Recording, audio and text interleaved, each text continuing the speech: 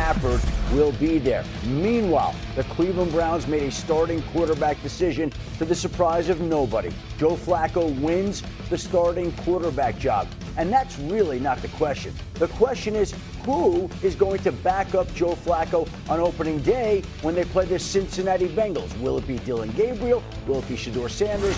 Will it be Kenny Pickett? But Joe Flacco won that job without ever taking a snap in a preseason game. And then there are two quarterback battles left in the NFL. The Indianapolis Colts and Shane Steichen, their head coach, say, "We suspected all along." Kevin Stefanski said he was going to name a starter today, and he did. And just like Ocho and I surmised, it's Joe Flacco. The 40-year-old will be making his first week one start since 2022 when he's with the Jets. TBD on the rest of the depth chart. Kenny Pickett has not played since he tweaked that hamstring. Dillon Gabriel got the start on Saturday. Shedeur did not play because of an oblique injury. He started the first regular preseason game, and Tyler Snoop Hundley is also on the list. Adam Schefter said this morning, "I expect the Cleveland Browns to carry 4 quarterbacks on their 53-man roster." Wow. That doesn't normally happen. It's just, I think they're afraid that if they let one of these guys go, somebody's going to snatch him up. You'd probably like to cut them and then have them come back on the practice squad, but they don't feel they can do that. They feel that if they were to release Gabriel, release Dillon Gabriel or Shedeur Sanders, somebody would sign them to their active roster, and you don't want to run that risk. Guy that's been in your program for the better part of 6 months, since the draft. So you don't want to run that risk. Excuse me, guys.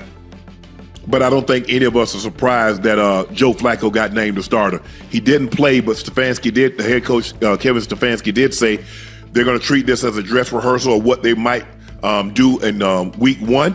So Joe Flacco is going to get the start for the final preseason game, and we'll see how that works out. But I don't think we're surprised. I don't think any of you are surprised that Joe Flacco was named the starter. You look at Kenny Pickett; he has not been able to do any team drills since he tweaked that hamstring early in training camp.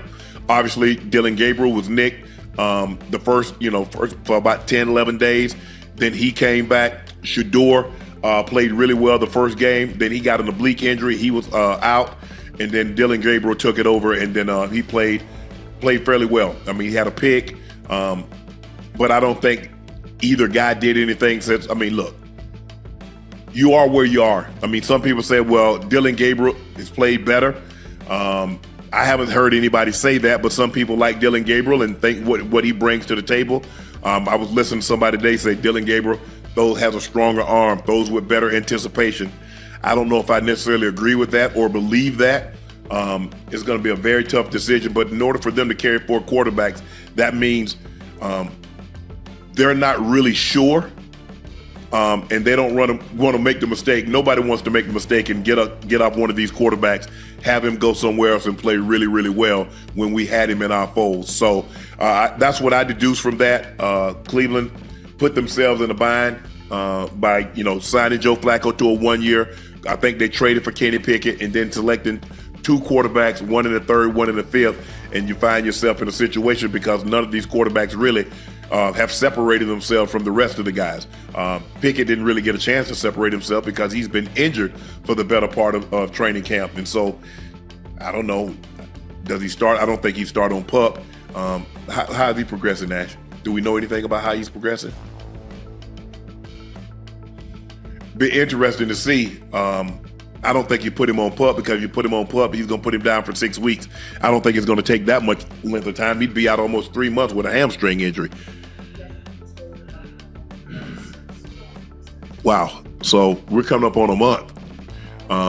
Funny that you say that because Justin Jefferson just returned to practice and he was out for 25 days. And we're going to talk about that in a little bit.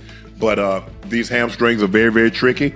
You want to err on the side of caution. The last thing you want to do is miss that amount of time, come back and tweak it again because you're probably going to double the amount of time that you're going to miss moving forward. So Cleveland Browns named Joe Flacco as their starting quarterback. They did not give a depth chart after Joe Flacco. Normally it was Kenny Pickett 2, Dillon Gabriel 3, and Shedeur Sanders 4. But I guess that's in the next couple of days. We'll find out. We'll see how healthy Shedeur is oblique healed well enough for him to get some action in game in the final preseason game. We'll see. But Joe Flacco named starter for the Cleveland Browns to start the 2025 season. Titans quarterback Cam Ward got into a scuffle with DT Jeffrey Simmons and Cam Ward and defensive lineman Jeffrey Simmons got into a scuffle on Monday. Ward threw a touchdown pass to Calvin Ridley toward the end of practice and went over to celebrate. The rookie quarterback stopped, gave Simmons a shove before doing the trademark Zombieland celebration in front of him.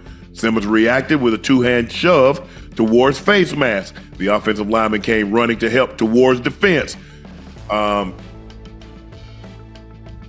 I think we kind of had a conversation. We kind of had a conversation about this a couple of days ago. I wish Ocho's connection would get fixed because this is what I wanted to ask him. I think both guys need to be smarter in a situation like this. That's your starting quarterback. You're only going to go as far as he take you, Jeffrey. So you don't want to do anything to hurt that guy. He's the number 1 overall draft pick, and all your hopes and aspirations are pinned on his shoulder. Now, Cam, that's your teammate. Come on. And been a long day of practice. They said this happened towards the end of practice. And anytime like that, guys are frustrated. I didn't want you to score, but you stop and celebrate my face. I'm not feeling too well. That might be the reaction that you get. But normally teammates, I couldn't imagine, to be honest with you. Have John celebrated? Yeah, absolutely. But I couldn't imagine a defensive lineman doing something like that to Seven. I don't remember being on a team where a defensive player would do that to the quarterback, understanding how important the quarterback is to the team's success, especially the starting quarterback, maybe the second or third team, something like that. But the starting quarterback, nah, I can honestly say in my 14 years, I've never been in a situation where I've seen something quite like what's being reported coming out of Tennessee, where the quarterback throws a touchdown pass late in the ball game.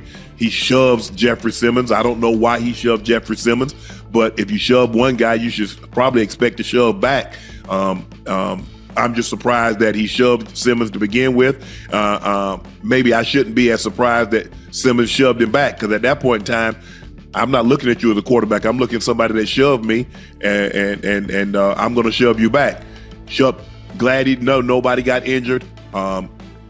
The offensive linemen did what they're supposed to do, run to Cam Ward's defense. That's what's supposed to happen. Somebody attacks your quarterback, you come hell or high water, you defend that guy. Right, wrong, or indifferent, you defend your quarterback. We'll address it and we'll figure it out later. Hey, man, don't do that. Hey, you too valuable. Don't get into no shoving matches. Don't say anything to those guys. Let them do all that talking. We don't have to worry about that. But I can honestly say I've never seen a situation of her. In my years of being around football, when I was at Denver, when I was at Baltimore, and when I went back to Denver, I don't remember that happening in high school. I don't remember it happening in college. Not to say that it haven't happened. I haven't been around and haven't seen every situation that arises on a practice field or in a locker room. But I like to speak to the things that I've seen, and I can speak clearly and intelligent on it. But this must have been something that was brewing for a significant time. And emotions ran high, and I guess Cam Ward shoves Jeffrey Simmons, and Jeffrey Simmons like, I don't know who you think you are. I understand you're the starting quarterback. You're the first overall pick, but now I'm finna throw that out the window and shove you in the face. So hopefully nobody got injured. Glad no punches. Hopefully no punches were thrown. Nobody damaged a hand, a wrist, or a fist, or anything, a finger, anything like that. And they're going to be good to go for the final preseason game Friday, Saturday, or whenever these guys play, and then have hopefully everybody goes into the season healthy and